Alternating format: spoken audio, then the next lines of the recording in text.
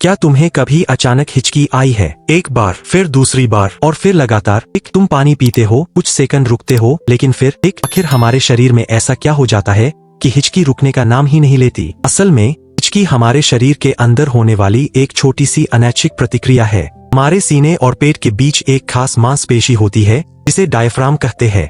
जब हम सांस लेते हैं तो डायफ्राम नीचे की तरफ जाता है और हमारे फेफड़ों में हवा भरने में मदद करता है, और जब हम सांस छोड़ते हैं यह वापस ऊपर की तरफ आता है। लेकिन कभी कभी डायफ्राम अचानक बिना हमारी इच्छा के झटके से सिकुड़ जाता है, और यहीं से शुरू होती है परेशानी। डायफ्राम अचानक सिकुड़ता है, हम तेजी से हवा अंदर खींचते हैं, उसी समय हमारे गले के पास मौजूद एक छोटी सी जगह अचानक बंद हो जाती है।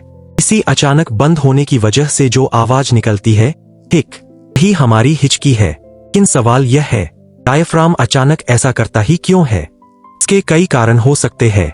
बहुत जल्दी खाना खाना, बहुत ज्यादा खाना, अचानक बहुत ठंडा या गर्म कुछ पीना, हंसते हंसते खाना या पीना, या कभी कभी अचानक उत्तेजित या परेशान होना भी हिचकी शुरू कर सकता है।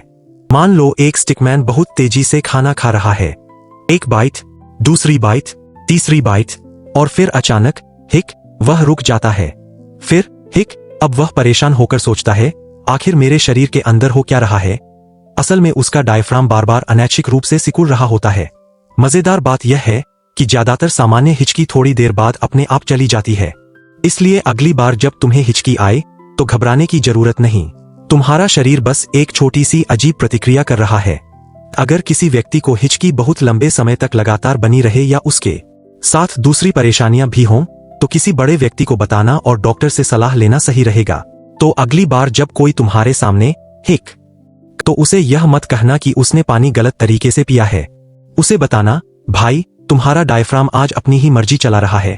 और अगर तुम्हें शरीर के ऐसे ही अजीब और मजेदार फैक्ट्स जानने हैं तो अगली कहानी में मिलते हैं।